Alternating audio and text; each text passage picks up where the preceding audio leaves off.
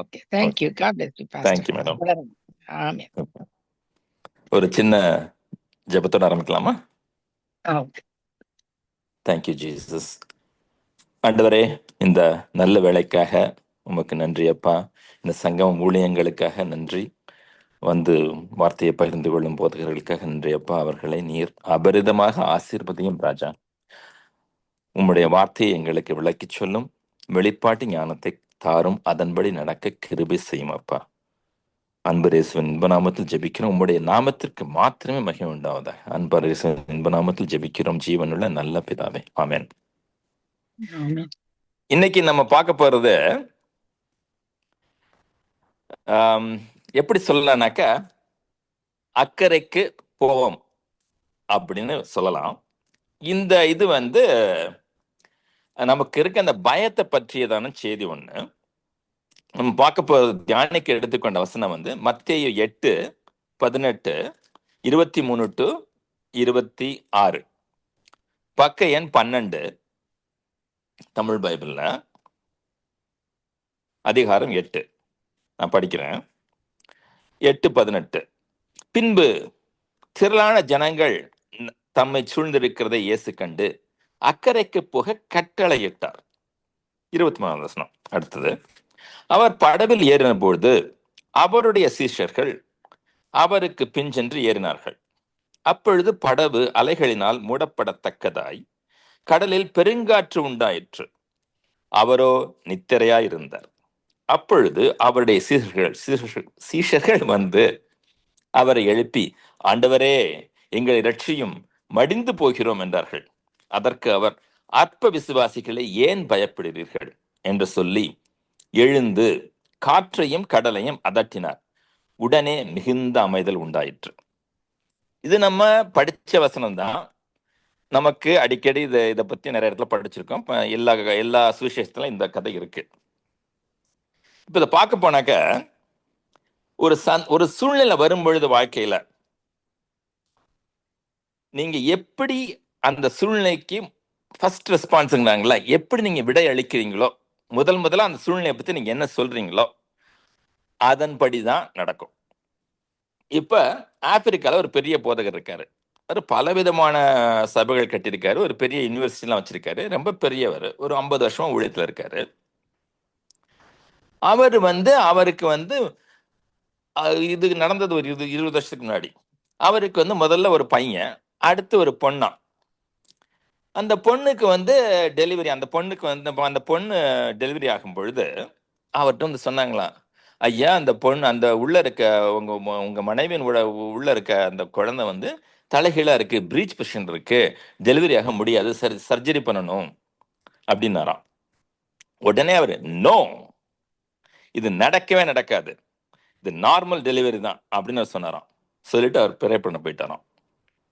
போயிட்டு ஒரு மணி நேரம் கழிச்சு பாக்குறாராம், ஹாஸ்பிட்டல்ல இருந்து செய்தி வருதான், எல்லாம் சரியா இருக்கு, டெலிவரி நார்மல் ஆகும் அப்படின்ட்டு. அவர் சொல்றாரு, அவரோட அதை பத்தி ஒரு செய்தி குடிக்கும்போது சொல்றாரு அவரு, நீங்க முதல்ல என்ன சொல்றீங்களோ, யாருக்கிட்ட நீங்க அக்ரி பண்றீங்களோ, யாருக்கிட்ட சம்மதிக்கிறீங்களோ, வசனத்தின்படி நீங்க வசனத்தை ஆமோதிக்கலாம். வசனத்துக்கு இயேசு கிறிஸ்துக்குள்ள எஸ் அண்ட் ஏமேன் இன் கிரைஸ்ட்னு போட்டிருக்கு. அவர் சொல்றாரு வசனத்தை, நீங்க எஸ்ங்கிறீங்க, அவர் எஸ்ங்கிறாரு, நீங்க ஏமேன்ங்கிறீங்க, முடிஞ்சு போச்சு.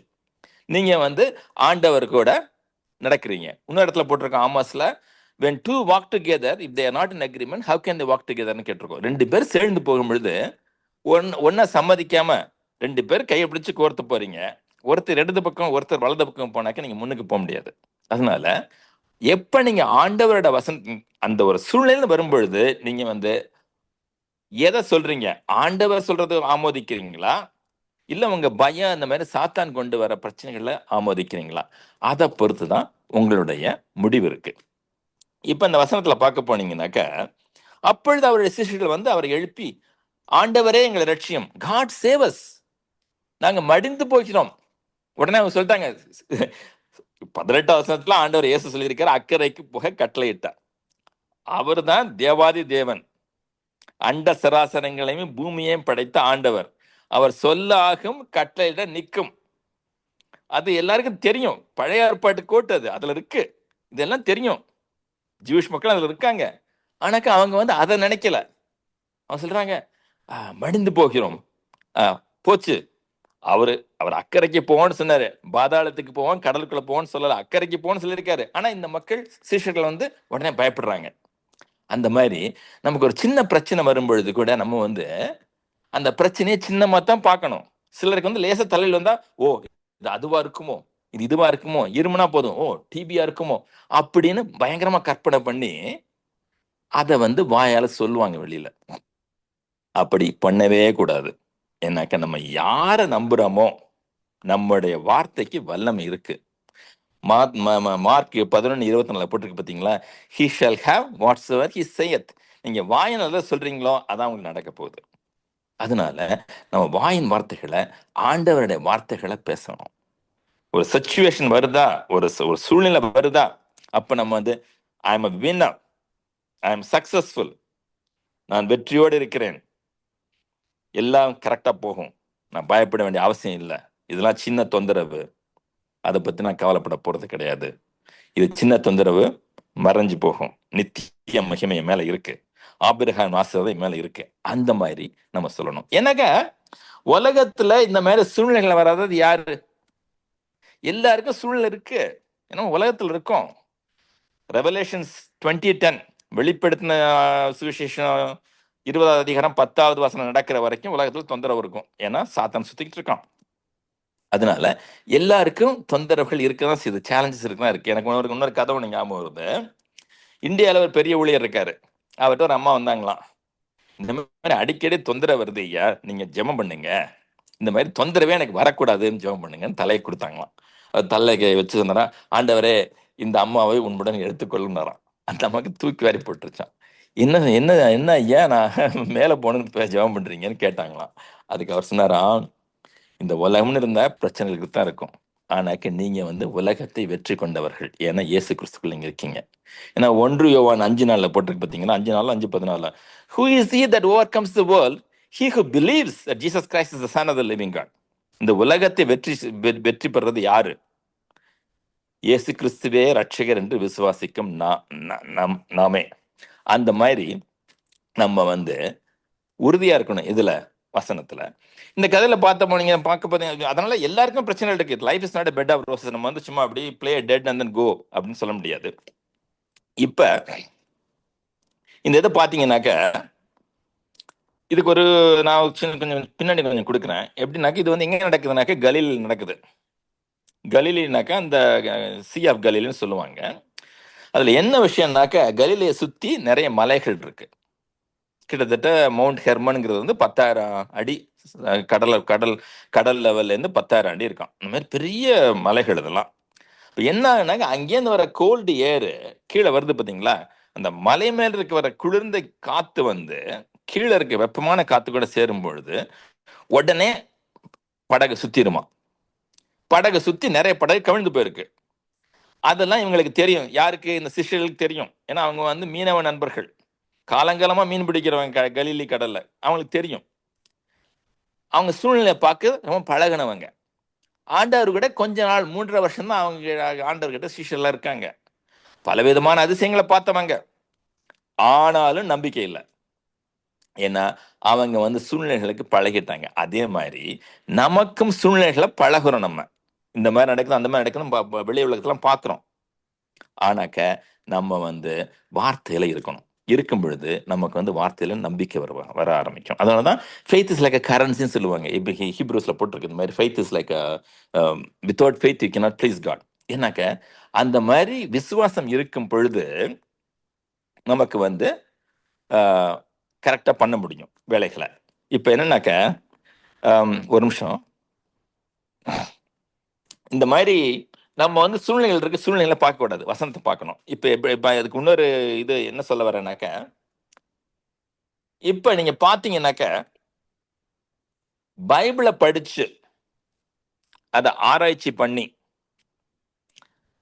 அதன்படி நடக்கிறவங்களுக்கு வாழ்க்கை வந்து வெற்றிகரமா இருக்கும்.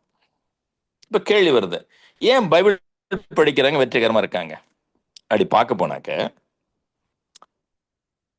இப்ப வந்து நமக்குள்ள ஆவியானவர் இருக்காரு. நம்ம இயேசு கிறிஸ்துவ ரட்சகராக ஏற்றுக்கிறோமோ அப்பவே நமக்குள்ள ஆவியானவர் வந்துட்டாரு. அந்த ஆவியானவர் வந்து முழு வல்லமையோடு இருக்காரு. பிதா குமாரன் பரிசுத்தாவி, இந்த ட்ரினிட்டி இஸ் இன் யூ. எல்லாருக்குள்ளேயும் ட்ரினிட்டி இருக்கு. சின்ன பிள்ளைங்களா இருந்தாலும் சரி, சின்ன பிள்ளைங்க ரட்சிக்கப்பட்டாலும் பெரியவங்க ரட்சிக்கப்பட்டாலும் எல்லாருக்குள்ளேயும் ஆவியானவர் இருக்காரு.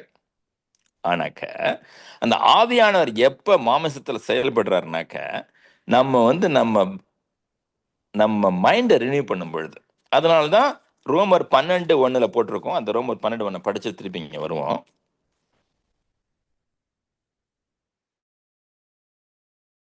ரோமர் 12:1.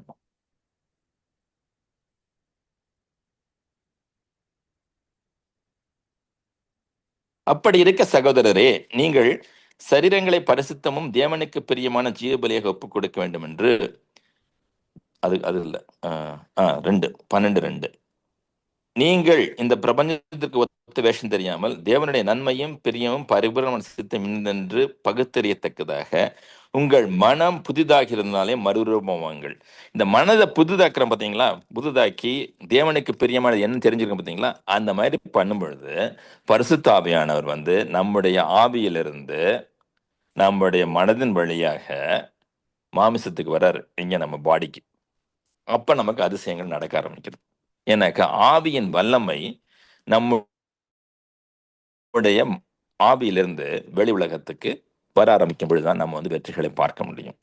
அதனால நம்ம வந்து வேதத்தை படிச்சு நம்ம மனதை புதிதாக்கி ஆவியானவர் வெளியில வரும்போது வேதத்தை நம்ம நம்பிக்கை வைக்கும் பொழுது நமக்கு வந்து இந்த பயமான இந்த பயத்துக்கூடயோ இந்த சூழ்நிலைகளுடைய நம்ம அதை வந்து அக்ரி பண்ண மாட்டோம், அதை சம்மதிக்க மாட்டோம். நம்ம வந்து வார்த்தை நினைச்சிருப்போம், வார்த்தை சொல்லிருச்சு, அதனால இது நடக்குது. நீங்க எவ்வளவு நீங்க எப்ப ரட்சிக்கப்பட்டீங்கன்னா எனக்கு தெரியாது. நீங்க எவ்வளவு நாள் கழிச்சு ரட்சிக்கப்பட்டாலும் எவ்வளவு விதமான சூழ்நிலை பார்த்தாலும் நீங்க வந்து வசனத்துல நினைச்சிருக்கும் போது, வசனத்துல விசுவாசம் இருக்கும் பொழுது, வசனத்துல நிலைத்து இருக்கும் பொழுது நமக்கு வந்து ஆவியானவர் பேசுவாரு இந்த மாதிரி அப்படின்னு சொல்லுவாரு. நமக்கு வந்து நம்ம வந்து சூழ்நிலையை பார்க்க வேண்டிய அவசியம் நமக்கு கிடையாது. சூழ்நிலை இருக்குமா? இருக்கும். ஆனாக்க நம்ம வந்து வசனத்தை விசுவாசிச்சு வசனத்தின்படி நடக்கணும். அப்படி நடக்கும்போது நம்ம வந்து நிம்மதியா இருக்க முடியும். இப்ப இயேசு பாருங்க, கடல் கொந்தளிக்குது, காத்து அடிக்குது, கடலை சுத்துது, அவர் நிம்மதியா தூங்கிட்டு இருக்காரு. எப்ப நம்ம நிம்மதியா தூங்க முடியும்? அந்த மாதிரி ஆண்டவரோட வசனத்துல நம்பிக்கை வச்சு வசனத்தை நம்பி இருக்கும் பொழுது நம்ம நிம்மதியா தூங்க முடியும். ரெசெஷன் வருதா? கவலை இல்லை. பிரச்சனைகள் இருக்கா? கவலை இல்லை. கொரோனா வருதா? கவலை இல்லை. ஏன்னாக்க வசனம் நம்மளை காப்பாற்றும். ஏன்னாக்க வசனத்துல போட்டிருக்கு, சங்கீதம் 91:10 no evil shall befall on யூன்னு போட்டிருக்கு. வசனத்தின் வல்லமை நமக்குள்ள இருக்கு. டியூனமிஸ் power of the Holy Spirit. டியூனமிஸ் வல்லமை, இந்த வானங்களையும் பூமியும் சிருஷ்டித்த கர்த்தரின் வல்லமை நமக்குள்ள இருக்கு. எக்ஸோசியனா அதிகாரம், அந்த அதிகாரம் நம்ம கிட்ட இருக்கு. அந்த மாதிரி நாம் யார் என்பதை உணர்ந்து நம்ம வந்து கட்டளை கொடுக்கும் பொழுது காரியங்கள் நடக்கும். இங்க பாருங்களேன், ஆண்டவர் வந்து கட்டளை கொடுக்கிறாரு. 20 வருஷத்துல காற்றையும் கடலையும் அதட்டினார். அதட்டினது சரியாயிடுச்சு. அதே மாதிரி நாமும் காற்றையும் கடலையும் அதட்ட முடியும். நமக்கு அந்த வல்லமை இருக்கு. நீங்க அதை முயற்சி பண்ணி பார்க்கணும். நான் சமீபத்துல பான்ஃப்னு கனடால ஒரு இடத்துக்கு போயிருந்தேன். சடனா பார்த்தாக்க நாங்க அன்னைக்கு போன அன்னைக்கு பார்த்து பனி பெய்ய ஆரம்பிச்சிச்சு, ஸ்னோ, மழைலாம் வர ஆரம்பிச்சிருச்சு. எங்களுக்கு ஒரே இது, என்னடா இது, நம்ம நல்ல ஒரு லேக்க பக்கம் வந்திருக்கோம், இப்படி வந்துருச்சு அப்படின்ட்டு. உடனே நாங்கள் ஜெபம் பண்ணோம், பண்ணிட்டு கட்டளை கொடுத்தோம், இந்த மாதிரி ஸ்னோ நீங்க இருக்க முடியாது, வெளில போ, கம் ஆஃப்டர் வி லீவ் அப்படின்னு சொல்லிட்டு நாங்கள் கட்டளை கொடுத்தோம். என்ன ஆச்சுன்னு நினைக்கிறீங்க? அடுத்த 1/2 மணி நேரத்தில் சன் வந்துருச்சு, வெளியில நல்ல சூரிய வெப்பம் வந்துச்சு, நாங்கள் ஜாலியாக பார்த்துட்டு வந்தோம். அது நாங்கள் மட்டும் இல்லை, எல்லாரும் பண்ண முடியும். ஆண்டவர் அதிகாரத்தை கொடுத்துரு. எல்லாருக்குள்ளேயும் டியூனமிஸ் எல்லாமே இருக்கு, எல்லாருக்கிட்டையும் அதிகாரம் இருக்கு. மனதை ரினியூ பண்ணி மறுரூபமாக்கிட்டு நம்ம வந்து அத்தாரிட்டியை புரிஞ்சுக்கிட்டு he shall have whatsoever is சேயத்னு போட்டிருக்கு பைபிளில், மார்க் 11:23 and 24. அதனால நம்ம வந்து அதிகாரத்தை பிரயோகிக்கணும், பயன்படுத்தணும். எனக்கு நம்ம அதிகாரத்தை பயன்படுத்தணும்னு எதிர்பார்க்குறாங்க எல்லாரும். நம்ம தான் இந்த ஆண்டவரோட கைகள் கால்கள். நாம் தான் மற்றவர்களுக்காக ஜெபம் செய்ய முடியும். நாம தான் அதை எடுத்து நம்ம அதிகாரத்தை பிரயோகிக்கணும். ஏன்னா ஆண்டவர் கொடுத்துரு நமக்கு அதிகாரத்தை. நம்ம வந்து அதை வச்சுட்டு நம்ம அந்த அதிகாரத்தை பிரயோகிச்சாக்க நம்ம நிம்மதியாக தூங்க முடியும். யாருக்காகவும் நம்ம வந்து பயப்பட வேண்டிய அவசியம் கிடையாது. இப்போ ஆண்டவர் இயேசு சொல்றாருல, காற்றையும் கதையும் அதட்டினார்ல, அந்த மாதிரி சீஷர்களை எழுந்து அதட்டி இருக்கலாம். அதனாலதான் அவர் அற்ப விசுவாசிகளே அப்படிங்கிறாரு. நம்ம அற்ப விசுவாசிகள் இல்லாம நல்ல விசுவாசிகள் இருக்கணும்னாக்க நம்ம பயப்படாம காற்றையும் கடலையும் அதட்ட வேண்டும். காரியங்களை அதட்ட வேண்டும். ஏதோ பிரச்சனை வருதா அதை அதட்டி கட்ட வேண்டும்.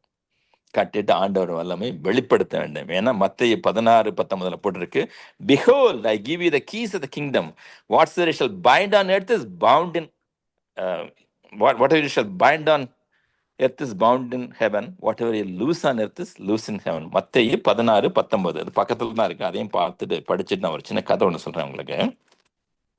16:19 பரலோக ராஜ்யத்தின் திறவுகோள்களை நான் உனக்கு தருவேன். அது அப்ப இயேசு சிலுவையில் ஏறதுக்கு முன்னாடி. இப்ப நமக்கு அவர் தந்துட்டாரு. பூலோகத்திலே நீ கட்டுகிறது எதுவோ அது பரலோகத்திலும் கட்டப்பட்டிருக்கும். அப்படின்னா என்ன? ஹெவன் பேக்ஸ் அப் டிசிஷன் வாங்க. அப்படின்னா என்ன? நம்ம என்ன சொல்றோமோ அது இப்படிதான் நடக்குது. பூலோகத்தில் நீ கட்டவிழ்ப்பது எதுவோ அதுவே பரலோகத்தில் கட்டப்பட்டிருக்கும் என்றார். ஏன்னாக்க நம்ம என்ன கட்டவிழ்த்தாலும் கட்டினாலும் அது முதல்ல வந்து ஆவியில நடைபெறும் இங்க பரலோகத்துல, அதுக்கப்புறம் தான் பூமியில் நடக்கும். அதனால நம்ம சொல்றது இப்ப பயன் பண்ணாக்க ஹெவன்ல பைண்ட் ஆகுது, அதுக்கு அது நடந்த பிறகு எர்த்லையும் பைண்ட் ஆகுது. அந்த மாதிரி பரலோகத்துல கட்டப்படுது, உடனே பூமியிலும் கட்டப்படுது. அதனால நமக்கு அதிகாரம் இருக்கு, நம்ம பயப்பட வேண்டிய அவசியம் கிடையாது. ஏன்னாக்க ஆண்டவர் சொன்னதை செஞ்சிடுவாரு. இப்ப அதுக்கு இன்னொரு சின்ன வசனம் ஒன்று இருக்கு. அது என்னன்னாக்க பிலிப்பியன்ஸ் 1:6 நினைக்கிறேன், ஞாபகம் வருது. அதையும் படிப்போம். பிலிப்பியர் 1:6.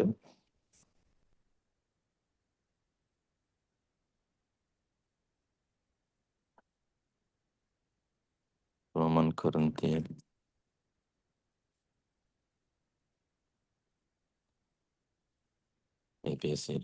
பிலிப்பியர் 1:6.